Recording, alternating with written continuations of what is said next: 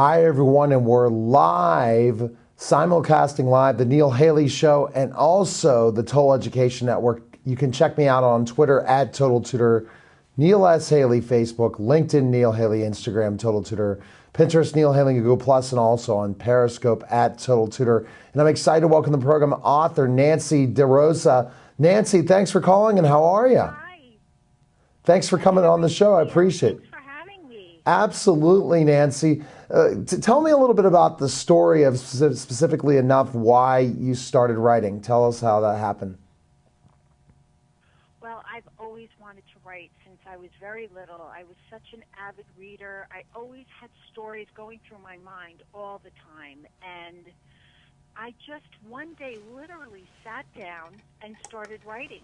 I just sat in front of the computer. I had no idea what story I was writing and where it was going to lead. And then it just started to develop. And then I just started writing different books and developing different characters, and I always develop them in my head. I never write down a guideline. It just happens when I start writing. Right. It just starts to develop, and I go where the characters take me. So it's interesting. Every writer has a different process, and that's mine. Nancy, how many books have you written in your career? Well, I have one women's fiction, There's No Place Like Home. I have a children's book, Lazy Robert, another women's fiction, A Penny's Worth, and now this series, Food for Thought, which the first one is just out, first course, and second course will be out next year, and I'm working on Just Desserts. Very interesting when you So talk. it's a great series. Yeah, it definitely sounds like it, and for sure. And tell us a little bit about Food for Thought and the characters and things like that. Well, when I started writing it, I always loved to write characters that are real. They're not perfect heroines. They don't do everything perfectly. They have messy lives. Right. Like all of us, we all have problems. We're all trying to progress in our relationships, in our careers, in our friendships, and family. That's really what this story is about. It's slices of life, and it's a journey with friendships, family, love. And it's about these five single girls, ladies, they're 28. They're all single. They have really not much going on, and it's all a collective not much going on with the five of them as far as men in their lives that are significant. So they decide that every Saturday night they're going out for dinner together. And what happens in all of these different restaurants, everything is food related. My main character, Emma Craven, you really see her journey with her family.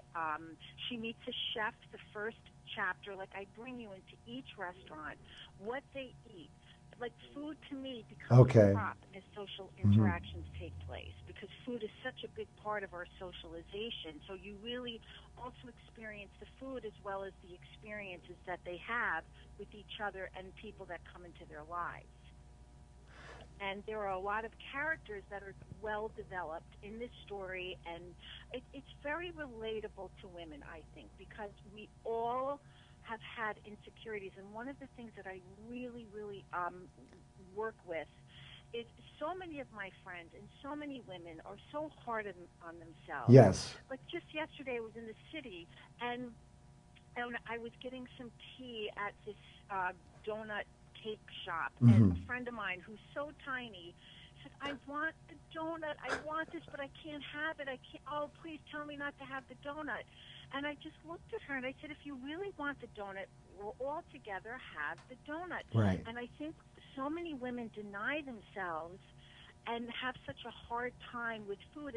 And this main character of mine thinks that she's heavy, and she's beautiful. She's just a Exactly. Yeah. healthy woman that enjoys life and enjoys food and Yeah. a cocktail and her friends and family dinners.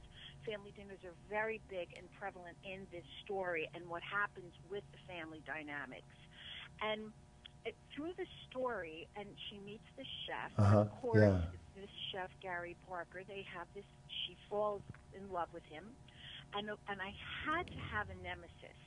And that is a beautiful, very thin woman who was the chef's ex-fiance. Okay. And of course, she's really thin, confident, snooty. Oh, And yeah. what happens with all of this, and we all have that nemesis in our life Oh, at one definitely. time or another, because we all get insecure.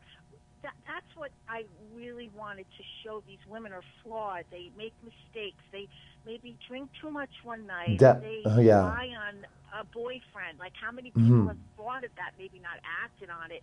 But in the Food for Thought series, these things that we may think inside that we hide from everyone are really Yeah. laid bare for the readers, so we can really relate to it. I think food relates so much to life, Nancy, in so many ways, and that if we Yes. deprive ourselves of food or look at different things in certain ways, it kind of puts us out there that food is something, especially that the enjoyment of it, and that if we don't savor it in certain ways. So what you're telling is life is all about food in certain ways when you go to different restaurants or different particular meals at home and things like that, right? That's kind of particularly part of the theme of this, right? The series.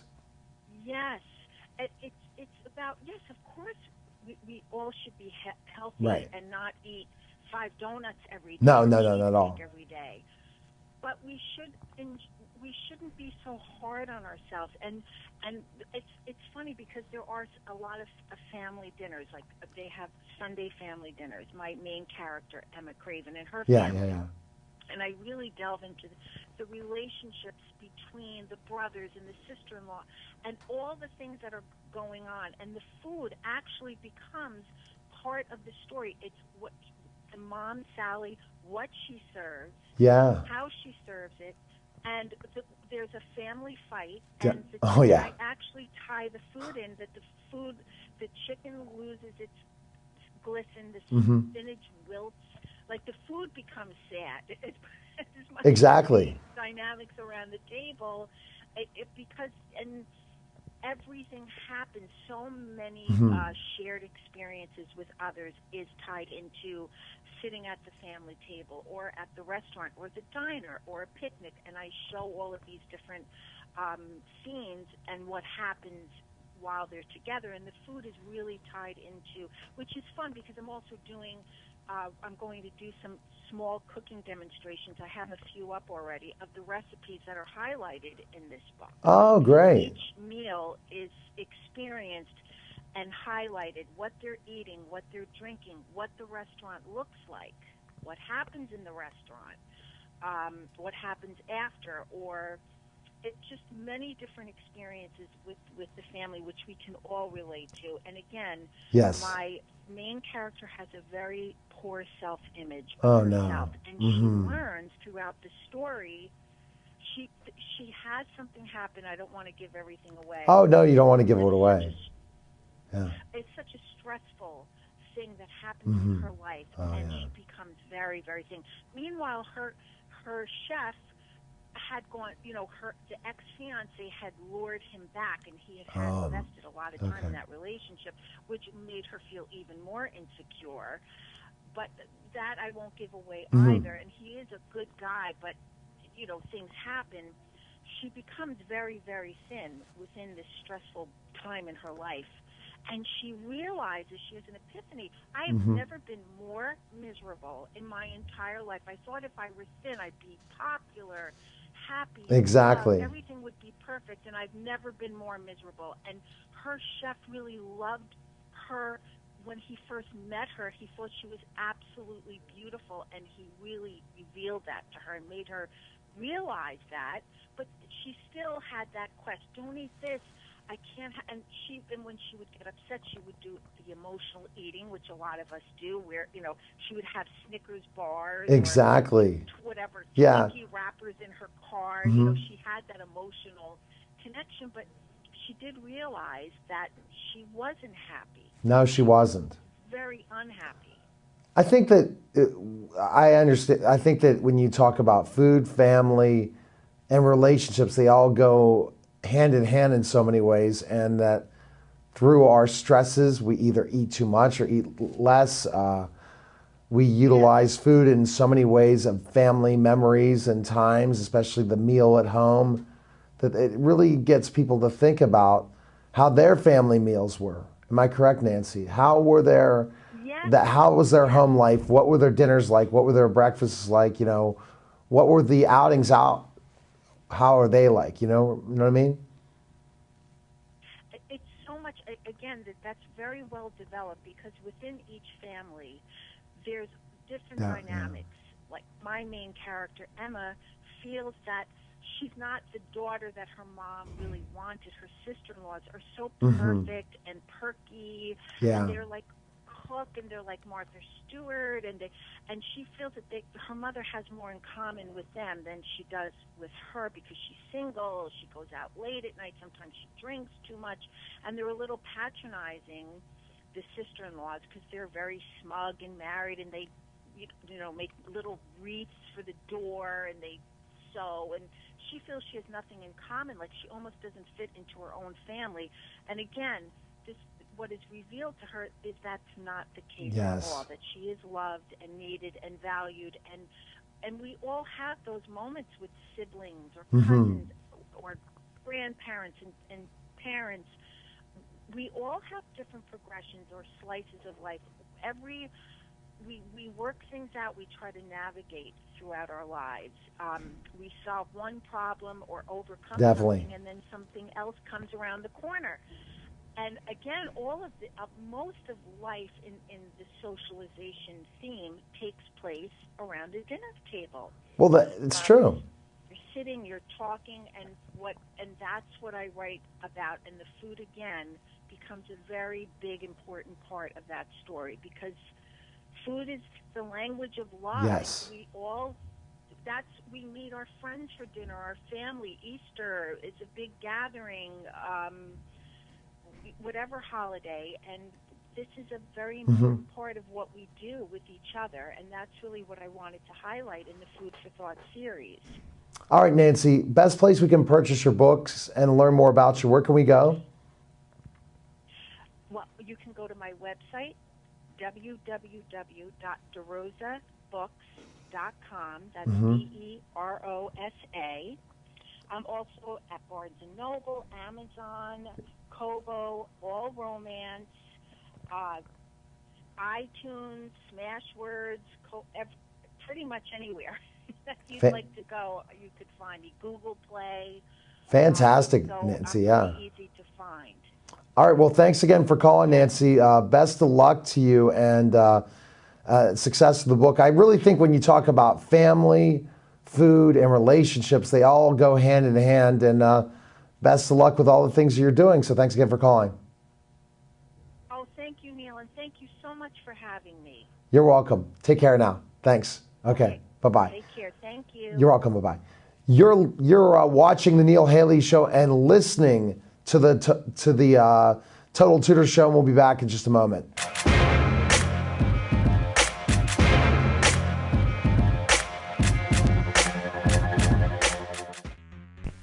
Hi, everybody.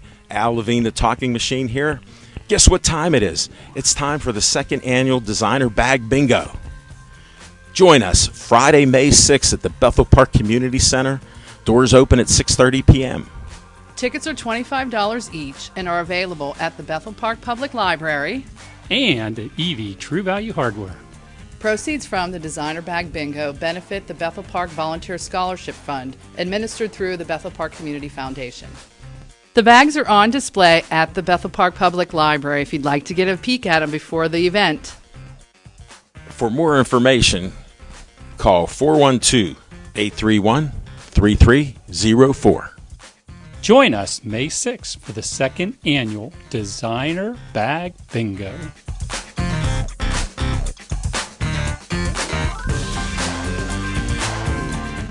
All I wanted was just one book.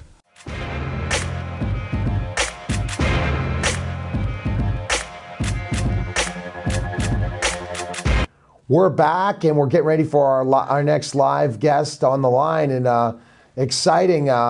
Remember, for our listeners out there, they have to go and check out The Sound of Music. We're waiting for Ben Davis to call in, and the star of The Sound of Music, again, March 22nd to 27th. Trustarts.org for more information and all that stuff as we are waiting on our next guest. This is going to be the interesting thing. But I'm doing TV today, live, simulcasting television and radio from 10:30 to 2 o'clock. Some amazing guests will be coming on the line. So we're just waiting for our next guest to get on the line, and then we'll continue the conversation. You can check me out on Twitter at Total Tutor, Neil S. Haley, Facebook, LinkedIn, Neil Haley, Instagram, Total Tutor, Pinterest, Neil Haley, Google+, and also on Periscope at Total Tutor.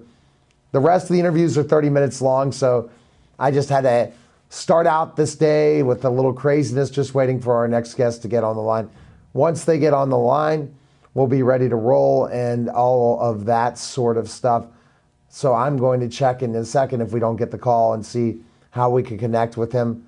Because again, there's always ways of fixing that on the editing room floor for sure if we're not seeing that someone called in. But talk about I can't wait to go see The Sound of Music Tuesday. Favorite songs, a lot of fun. My wife can't wait as well. Another date night. And when you think about the Von Trapp family and all the interesting things, lots of historical stuff. But I'm going to go now try to connect with him to make sure he's calling, because somehow he has not yet. So let me check and see what's happening.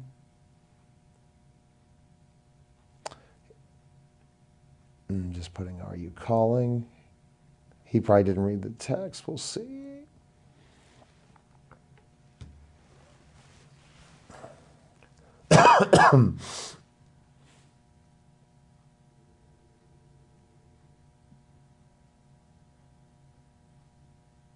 All right. We're back to the Neil Haley Show. Go to my website, totaltutor.net, for more information. Twitter, Total Tutor, Neil S. Haley, Facebook, LinkedIn, Neil Haley, Instagram, Total Tutor, Pinterest, Neil Haley, and Google+, and also on Periscope at Total Tutor. And I'm excited to welcome the program star of The Sound of Music, Ben Davis. You play Captain Von Trapp. Ben, thanks for calling, and how are you? My pleasure. How are you guys doing? Oh, I'm doing fantastic, Ben. And what an opportunity to play Captain Von Trapp. Wouldn't you agree?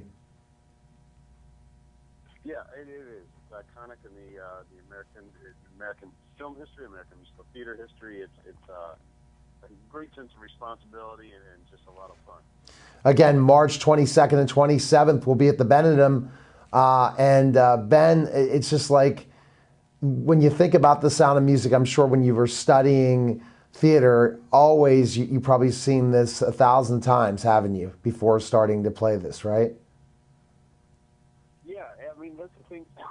You know, the funny thing is that because I didn't start in theater till late, I was more of a jock, so I didn't even see it in its entirety until I'd been cast in another production back about 4 years ago. So I kind of came at it with fresh eyes, but then, you know, everybody, whether they realize it or not, has heard the music and they've seen snippets of it here or there. Exactly, and that's the cool thing about it for sure. And for your character, was that an interesting preparation for that character, especially when you talk about the big family and having that certain leadership quality that you had to play throughout this show? I think, yeah.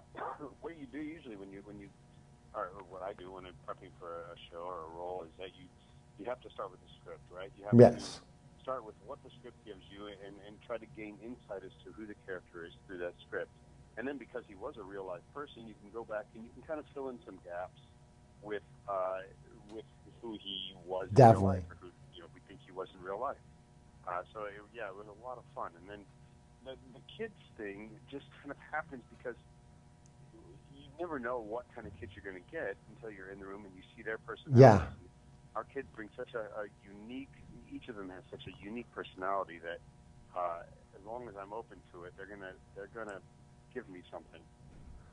What about, you were talking about how you just learned about this a few years ago, The Sound of Music, and really looked at it, studying specifically the history of this and the whole thought process of that time in history and what was happening, and how we never can forget these things, right? No. And what's interesting is that the movie is different in many ways from the stage version. Mm-hmm. And I particularly I actually like the stage version better, and that's pretty maybe a little bit biased, but I think that the movie version took out some things. I think the stage version is a lot more complex. It talks more about the political undertones of the time period. You know, this was 1938, Nazi invasion Austria, and that brings a real urgency to the whole piece. And the movie is something we all know and love. But I think that the Broadway version, the musical version, has a lot to say. It does, and it makes you think, and it brings up that time, especially with how Germany was taking over different countries, and the whole thought about the pride of the nation of Austria, and how they did not want to be taken over, and that certain people were buying in on this. And I'm sure we look at economy in Europe at that time, and I'm going to buy into this personality, and young people were just flocking to Adolf Hitler, and certain people were selling it, while Captain Von Trapp had nothing to do with it. Yeah. No, gee, but doesn't that kind of sound like maybe today too? I mean, yes, that's the ironic thing. It does. The show right now is that there are these parallels that you can unfortunately draw, and God knows I'm not comparing anyone or anything together. I would never. No, not at all. But you can look at time periods, and you can look at circumstances and say, okay, why do these type of people come to popularity during these times? And I think that we need to learn from our history lest we repeat it. History repeats itself for sure, and all that. So tell me about working with the cast. What did you think of it, for sure, and in preparation for the singing and being involved with a lot of girls and boys, and how working on your tone of how you're singing with your co-hosts and stuff? Tell me specifically how you got all that together. Well, I unfortunately got to be in on the last auditions for the Maria, and when Kirsten Anderson, who is our Maria, walked through the door, we just all kind of knew it. Yeah. So it was nice to be able to be in that final audition and see how our chemistry was going to be, and we really got along well right from the very start. She's a young gal with an incredible amount of talent, and it's been just a joy to work with her. The rest of the cast is fantastic. We just brought in a new Mother Abbess. Our first Mother Abbess, Ashley Brown, was 7 months pregnant by the time she the costumes hid that, but now we have Melody Betts, who's fantastic and brings a whole new energy to the show that she's been able to seamlessly slide in, and her voice is incredible. The audiences are going to go nuts over it.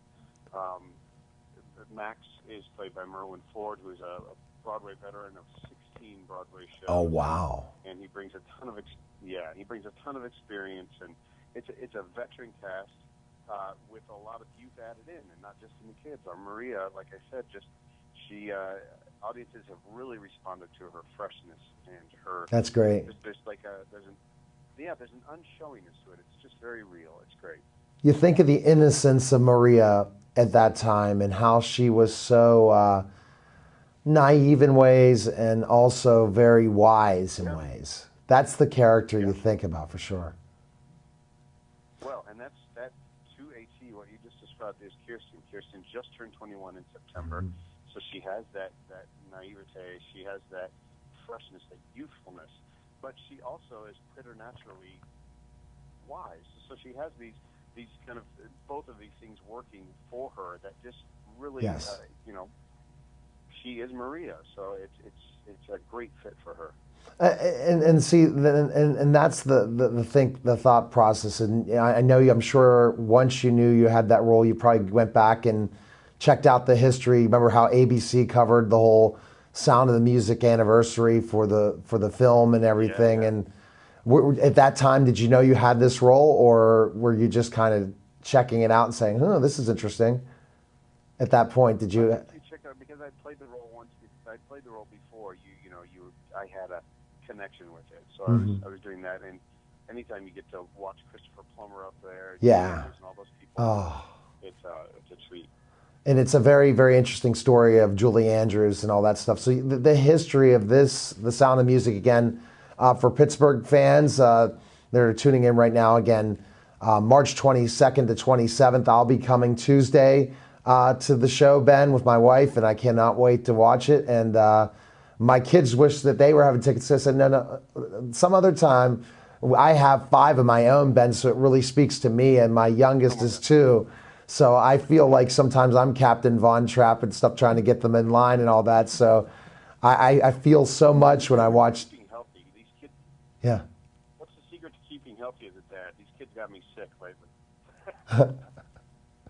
So, and all that. And I'm sure you see how amazing these kids are, right? You know, traveling the country, still having to keep up with their schoolwork. Oh. And practicing and how excited they are about to be part of this. They work harder than we do, honestly, because they have to go to school all day, and then they come in and do the show. And you know, the sacrifices their families make to allow them to come out here and do this. You know, they have one parent or guardian that comes, so that breaks up a family, and so they make a lot of sacrifices just so these kids can have this experience. And to a person, to a kid, none of them seems to be taking it for granted. Right. And we got really lucky with the kids that we have here. Well, I'm excited, and I'm excited to see this and all that, and the history, and then thinking about the Sound of Music all over the country. Ben, where's the best place we can find info that way? Like basically for our listeners and viewers out there that are not in Pittsburgh that want to come and see when the Sound of Music is coming to their area, where can they find info? The website is www.thesoundofmusicontour.com. Okay, well, you say on tour, because if you go to this, I think you get a Salzburg day. And do you also have social media as well for yourself to find info on you? I do. I'm on Instagram at this Ben Davis, not any other Ben Davis. It's this Ben Davis. I'm on Twitter at BJ Davis. And my website is benjaminjdavis.com. That's benjaminjaydavis.com. All right. Well, thanks again for calling. I appreciate you coming on the show. Best of luck in all the different things. And again, trust.org to find out, trustarts.org, March 22nd and 27th at the Benedum, and 412-471-6930 and 412-456-4800. Thanks for calling, Ben, and best of luck to you. Thank you. Bye-bye. Take care. All right. Again, that was the Neil Haley Show. You can check me out on Twitter at Total Tutor, Neil S. Haley, Facebook, LinkedIn, Neil Haley, Instagram, Total Tutor, Pinterest, Neil Haley, Google+. And coming up on my next guest, and it'll be in about a couple of minutes, live again, but I will see you next week for another exciting Neil Haley Show. A lot of fun this week. More guests coming up all the way through, and then hopefully the new website soon. Cannot wait to check all that stuff out and take care of things. And when I think about the Sound of Music, I promise you I'm not going to sing a song right now to end the show. I can't do that. My wife would not mind, but there are a lot of people who just don't know it. But I would always do all the different songs of the Sound of Music, and it was just a pleasure to talk about it, and cannot wait Tuesday to watch it. And you guys got to check all that out nationally, all over the place. So take care, guys, and we'll see you next week for another exciting Neil Haley Show. Take care, everyone.